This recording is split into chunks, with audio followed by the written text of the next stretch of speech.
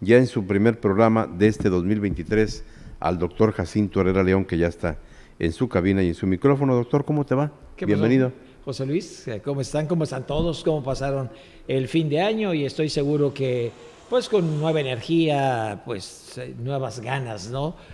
Con esas esperanzas que siempre establecemos las primeras horas del 2023.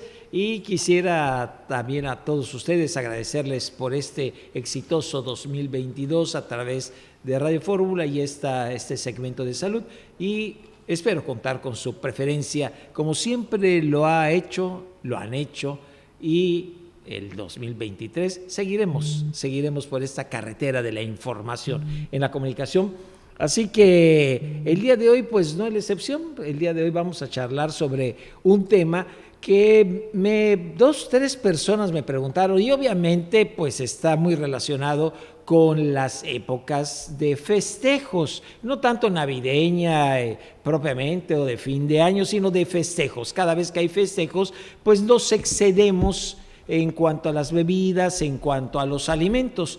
Y hay una enfermedad que está asociada con esto directamente, y es la gota.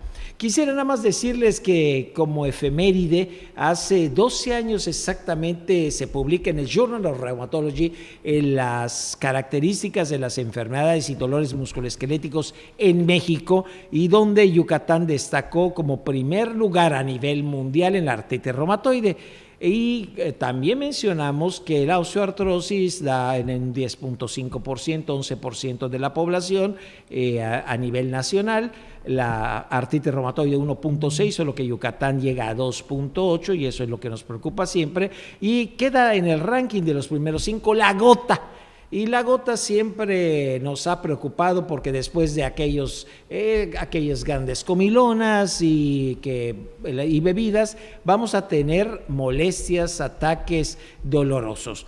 Esta gota, me preguntaban que si es algo nuevo. Les digo, no, hombre, desde la época de los egipcios, 2600, ya charlábamos de la gota. Hipócrates luego vino a hacer una descripción y la asoció con las grandes bebidas, festejos y comilonas de los reyes. Por eso se llamó en una época, la enfermedad de los reyes. De hecho, uno de los que describieron la gota de forma magistral fue Sydenham, porque en los años 1600 él padeció de gota. Y así fue evolucionando la gota, los tratamientos, la colchicina en el 800, luego viene el alopurinol, y hay un premio Nobel por haber descubierto el alopurinol en los años 80, ¿no? Ya de nuestra época, 1988, para ser precisos, se llevan el premio Nobel por el descubrimiento de alopurinol, de este flagelo que es la gota.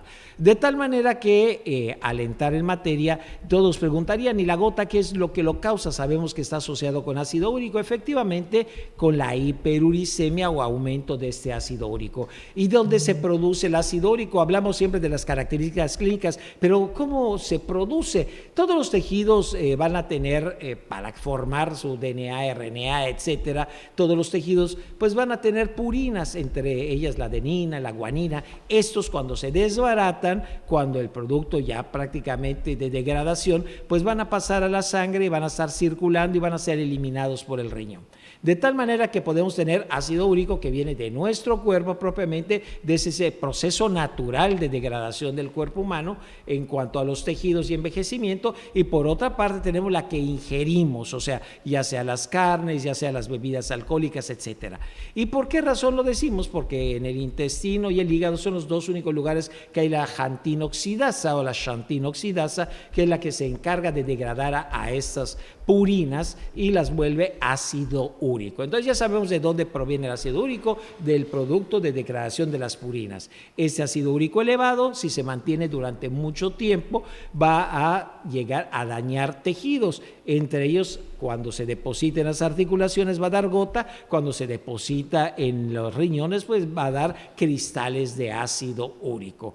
¿Y cuál vendría siendo el problema entonces? El problema sería en que o producimos demasiado ácido úrico para la gota, o producimos demasiado ácido úrico, o hay algún problema de la eliminación a nivel renal del ácido úrico. Así que son los dos mecanismos. O producimos mucho o no lo eliminamos. ¿Y qué pudiera ayudar a la producción? Los excesos. Allá entran las comidas, allá entran las bebidas, etcétera. Los excesos en las ingestas. Y en el otro caso, pues el problema sería en cuanto a la eliminación no adecuada a nivel renal.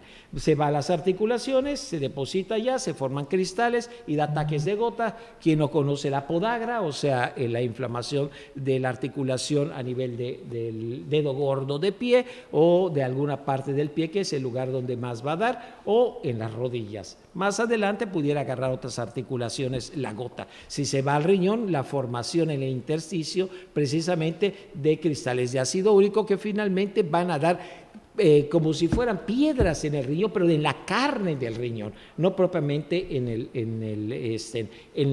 los conductos, ¿no? Así que son los dos lugares donde puede afectar más la hiperuricemia. Tenemos la gota, el ácido úrico, uno daño renal e insuficiencia renal, y el otro me puede llevar a los ataques de gota tan dolorosos y que tanto se conocen, que de forma, pudiéramos decir, predecible, después de las grandes comilonas y después de las grandes bebidas que sobre todo en esta temporada estamos teniendo. La manera de detectar y de establecer el diagnóstico de gota es sacando el líquido de esa articulación inflamada, y vamos a ver los cristales, ¿no?, de ácido úrico. Son bastante frecuentes, son birrefringentes, y si tenemos a nivel renal, pues puede llevarnos a insuficiencia renal.